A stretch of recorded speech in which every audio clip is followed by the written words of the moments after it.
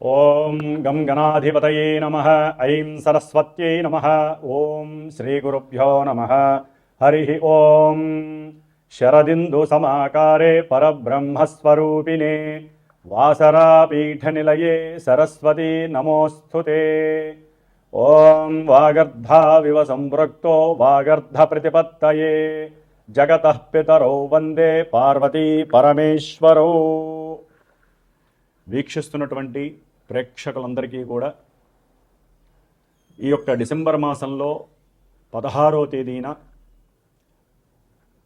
రవి తన యొక్క రాశిని మార్చుకుంటూ వృశ్చిక రాశిలోంచి ధనస్సు రాశిలోకి సంక్రమించేటటువంటి సమయము పుష్యమాసముగా మనము చాలా విశేషమైనటువంటి పండగగా భావిస్తాము. ముఖ్యంగా వైష్ణవ సాంప్రదాయంలో అటు వెంకటేశ్వర స్వామి వారికి, సీతారామచంద్రమూర్తికి, అలాగే కృష్ణుడికి, హనుమంతుల వారికి చాలా విశేషమైనటువంటి పండగగా చేసేటటువంటి మాసము ఈ యొక్క పుష్యమాసము.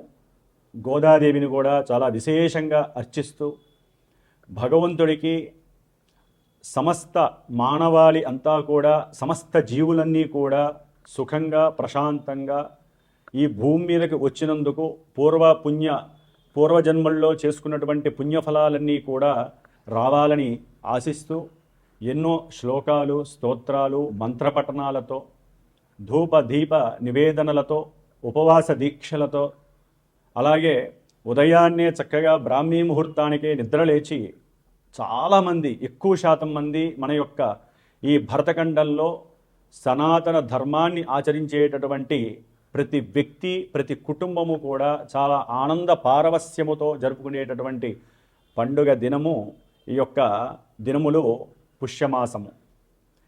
ఈ యొక్క సమయంలోనే డిసెంబర్ 16వ తేదీ నుండి జనవరి 13వ తేదీ వరకు కూడా సమస్త జీవరాశుల్ని పరిపాలించేటటువంటి జీవాన్ని, శక్తిని, ఆత్మ చైతన్యాన్ని, మానసిక చిత్త చాంచల్యాన్ని దూరం చేసి తన యొక్క శక్తివంతమైనటువంటి కాంతి పుంజముల చేత చక్కగా అందరి యొక్క ఆత్మ నిగ్రహ శక్తులని, ఆత్మలని ఆ యొక్క స్వామివారు పరిపాలిస్తూ దివ్య తేజస్సుని కలిగించే విధంగా ఉండేటటువంటి మాసము ఈ యొక్క ధనుర్మాసము అంటారు. సూర్యుడు ధనస్సు సంక్రమణం ఈ నెల డిసెంబర్ 16వ తేదీన మూలా నక్షత్రంలో ఆయన సంచరిస్తాడు. దాదాపుగా ఒక 13 రోజులు. ఆ తదుపరి అంటే 29, 30వ తేదీ వరకు కూడా మూలా నక్షత్రంలో పరిపాలిస్తాడు. మరి ఈ నక్షత్రాధిపతి కేతువు సింహరాశిలో చక్కగా తన యొక్క స్వక్షేత్రంలో, అంటే రవి యొక్క స్వక్షేత్రంలో ఉండి పరిపూర్ణమైనటువంటి పుణ్య ఫలాలన్నీ కూడా ప్రసాదించేటటువంటి సమయంగా మనం చెప్పుకోవచ్చు. అలాగే తదుపరి రవి తర్వాత 13 రోజులు కూడా పూర్వాషాఢ నక్షత్రంలో తన యొక్క సంచారాన్ని కావిస్తూ ధనాన్ని, సంతానాన్ని, అట్లాగే వివాహాలని, ఇలాంటి యోగాలని, విశేషమైనటువంటి పూజా పుణ్యఫలాలని పరిపక్వత కలిగింపజేసి ఆత్మ చైతన్య శుద్ధిని, శక్తిని ప్రసాదించేవాడు ఈ సూర్యభగవానుడు. తదుపరి 9వ తారీఖు తర్వాత తన యొక్క సొంత నక్షత్రమైనటువంటి ఉత్తరాషాఢ నక్షత్రంలో సంచరిస్తూ మానవాళందరికీ కూడా ఎంతో శుభాన్ని చేకూర్చేటటువంటి మాసం ఇది.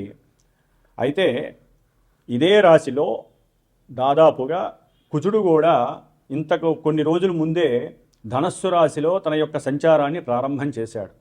అంటే రవి, కుజులు ఇద్దరూ అగ్ని తత్వాన్ని ప్రసాదించేటటువంటి చాలా హార్ష్బుళ్ళు, కోపోద్రిక్తమైనటువంటి, ఆవేశపూరితమైనటువంటి, ఉష్ణవంతమైనటువంటి గ్రహాలు. మరి అది ఉష్ణతత్వపు రాశి కూడా అయింది ధనస్సు రాశి. అగ్నితత్వపు రాశిలో 2 అగ్నితత్వపు గ్రహాలు ఉండటం చాలా వరకు కూడా మరి యొక్క స్థానాన్ని మన యొక్క జ్యోతిష శాస్త్రంలో ఉన్నతమైనటువంటి న్యాయస్థానాలకి, అట్లాగే విద్యాలయాలకి, ప్రొఫెసర్సు, న్యాయవాదులు, న్యాయస్థానాలు, జడ్జిలు, సమావేశాలు జరిపేటటువంటి పెద్ద పెద్ద ఆడిటోరియంసు, పూజా యజ్ఞాదులు, అట్లాగే హోమాదులు జరిగేటటువంటి పెద్ద పెద్ద ప్రదేశాలని, అలాగే మనం పూజ చేసుకునేటటువంటి పూజ గదుల్ని, ఇలా ఎన్నో విశేషమైనటువంటి, అట్లాగే దూర ప్రయాణాలని, ముఖ్యంగా విదేశాలలో నివసించేటటువంటి మానవికుల మీద ఈ యొక్క రవికుజుల యొక్క ప్రభావము అత్యంత తీవ్రంగా ఉండబోతోంది.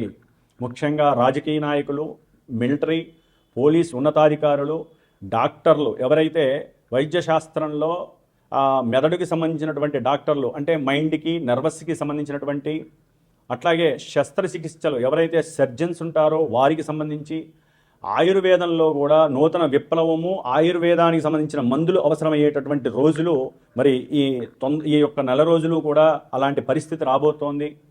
ఎన్నో ప్రయాణాల యందు ఆకస్మికంగా ఎన్నో రకాలైనటువంటి దుస్సంఘటనలు, దుర్ఘటనలు కూడా జరిగేటటువంటి సమయం ఇది.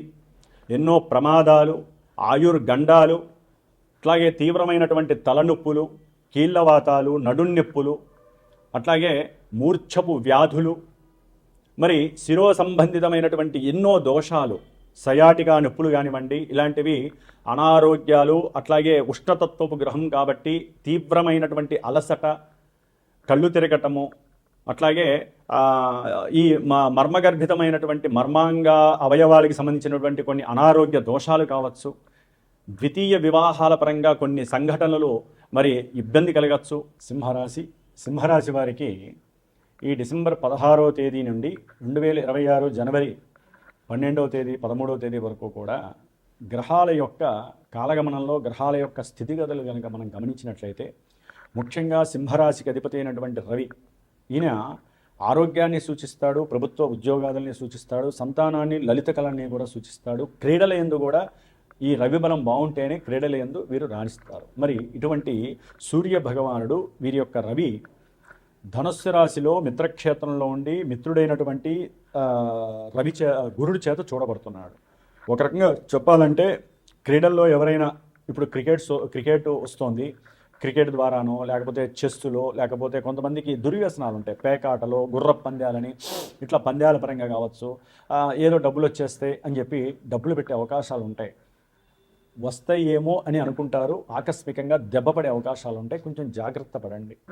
ఎందుకంటే ఆ గ్రహాలు మిమ్మల్ని ఆ స్థాయికి తీసుకువెళ్ళిపోతాయి. డబ్బు పెట్టు, డబ్బులు వస్తాయని. కష్టపడి మనం 10 రూపాయలు సంపాదించినా దాంట్లో 8 రూపాయలన్నా మనకి మిగులుతాయి. అదే మనకు ఉచితంగా రావాలి అంటే ఒకవేళ 10 రూపాయలు వస్తాయేమో, ఆ ఆశ అత్యాశై 100 రూపాయలు అప్పో లేకపోతే ఉన్న ఆస్తులు పోగొట్టుకోవడం జరిగే పరిస్థితులు అయితే ఉంటాయి. జాగ్రత్తగా ఉండండి, కష్టపడి పనిచేయండి. సూర్యుడు ఆత్మ చైతన్య శక్తిని ప్రసాదిస్తాడు. మీ యొక్క సోల్ ఎనర్జీని మీరు డెవలప్ చేసుకోండి, ఎక్కువగా కష్టపడండి, స్వయం కృషిని కలుగజేస్తాడు ఆయన. కొత్తగా ఇన్నోవేషన్స్ ఆలోచించండి, కొత్త ఆలోచనల వైపు మీ యొక్క కోరికలను తీసుకువెళ్ళండి. ఇటు వెళ్ళండి. ఎందుకు చెబుతున్నానంటే అష్టమంలో ఉన్నటువంటి అష్టమ శని ఒక రకంగా చెప్పాలంటే ఎన్నో ఇబ్బందికరమైనటువంటి సంఘటనలు మీ మీద పెట్టేస్తూ ఉంటాడు ఆయన. ఇందా నేను చెప్పినట్టుగానే. అట్లాగే ముఖ్యంగా ఈ యొక్క అష్టమ శని వలన కాళ్ళలో ముళ్ళు గుచ్చుకుంటుంది, లేకపోతే గాజు పెంకు గుచ్చుకుంటుంది. అది మనం వెళ్ళే వాహనాలకి టైర్లలో గుచ్చుకున్నా మనకి తెలియదు, ఎక్కడో ఏదో చిన్న ఇబ్బంది కలుగుతుంది. కానీ అది తెలిసే స్ఫురణని రవి కావచ్చు, గురుడు కావచ్చు మనకి ఇస్తాడు. అది గుర్తుపెట్టుకోండి. ఇంకా ఆ మాత్రమన్నా మనల్ని కాపాడుతూ ఉంటాయి. ఒక అష్టమ శని ఉంది కదా, మనకి ఏదో మృత్యు వచ్చేస్తుంది, సమస్యలు వచ్చేస్తే, లేకపోతే మరణం మన ముందుకుంది అని కాదండి. మరణ తుల్యమైనటువంటి ఎన్నో సంఘటనలు మన ముందుకు వస్తే లాభంలో ఉన్న గురుడు కాస్త ఈ యొక్క పంచమంలో ఉండేటటువంటి రవి మహానుభావుడు గురుడు యొక్క దృష్టి వలన మనం బయటపడేస్తారు. గుర్తుపెట్టుకోండి, గురు దృష్టి గొప్పది. అట్లాగే మీరు ఏదైనా సరే వివాహానికి సంబంధించినటువంటి విషయాల యందు ఆసక్తి కనుక చూపిస్తే అవన్నీ కూడా ఆలస్యం జరగడానికి అవకాశం ఉంటుంది. అట్లాగే కొంతమందికి వివాహమై విడాకులు దాకా వెళ్ళినటువంటి వాళ్ళు, అంటే కోర్టులకు వెళ్ళిన వాళ్ళు ఉంటారు, కొంతమంది జైళ్ళకు కూడా వెళ్ళిన వాళ్ళు ఉంటారు. ఎందుకంటే భార్యాభర్తల మధ్య కొన్ని అనుకోని సంఘటనలు కూడా వారి జాతకాల్లో కనుక సూచించినట్లయితే ఒకరికొకరు దెబ్బలాడుకోవడం దాకా వెళ్ళి జైళ్ళలో కూర్చున్న వాళ్ళు ఉండొచ్చు, ఆడవాళ్ళు కావచ్చు, మగవాళ్ళు కావచ్చు. వాళ్ళకి కొంత ఇబ్బందికరమైనటువంటి పరిస్థితులు ముందు కనిపించే అవకాశాలు ఉన్నాయి. జాగ్రత్తగా ఉండాలి.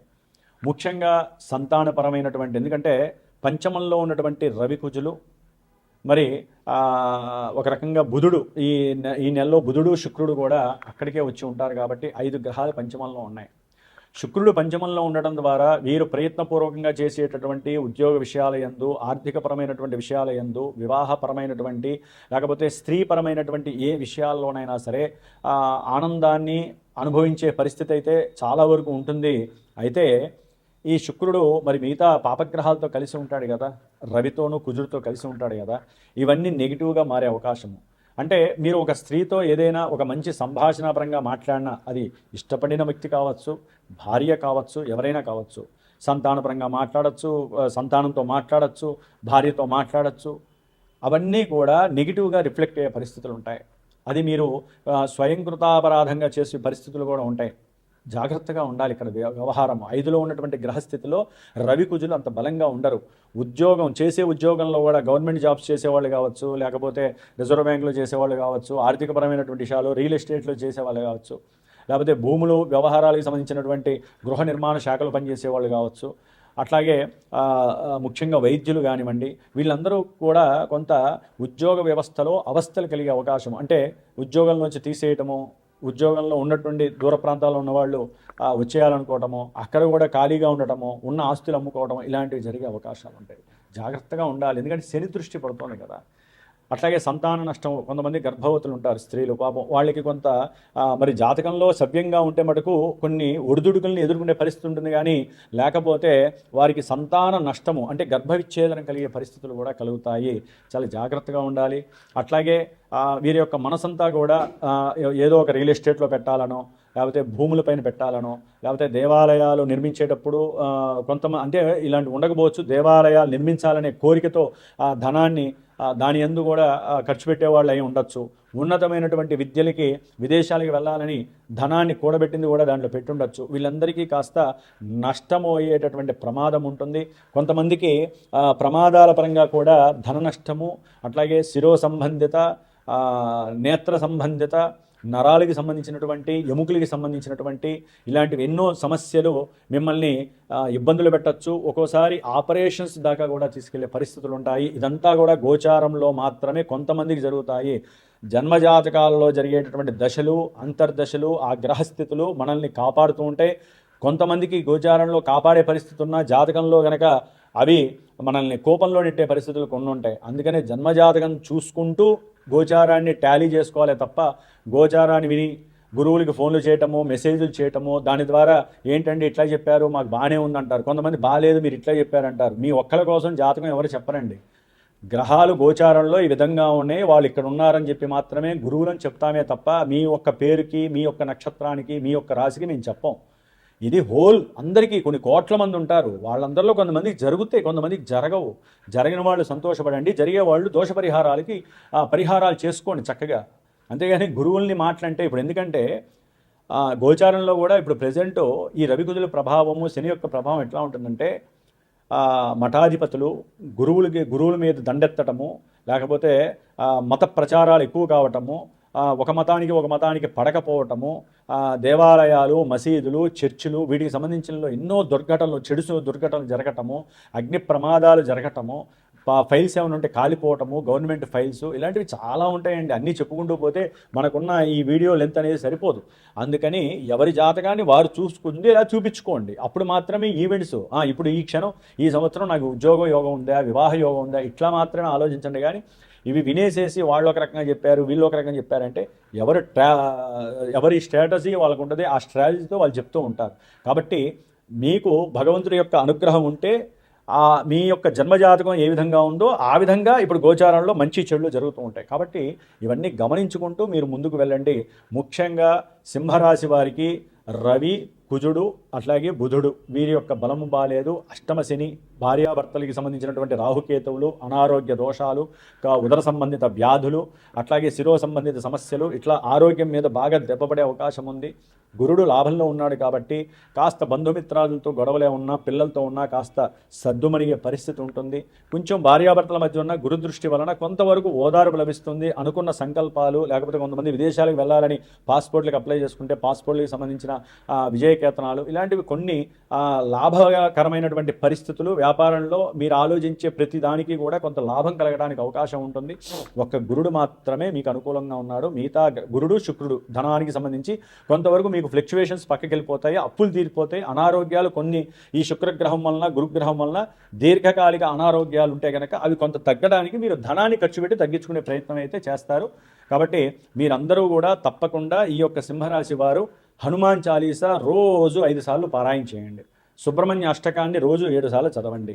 ఈ గ్రహాలన్నీ స్తోత్రాలకి తప్పకుండా చదవండి, లేదా ప్రదక్షిణాలన్నీ చేసిరండి దేవాలయంలో, శివాలయంలో శనివారం తప్పనిసరిగా రుద్రాభిషేకం చేయించండి. మీకు శుభం జరుగుగాక. ఓం శ్రీమన్నారాయణ దేవతాయే నమః.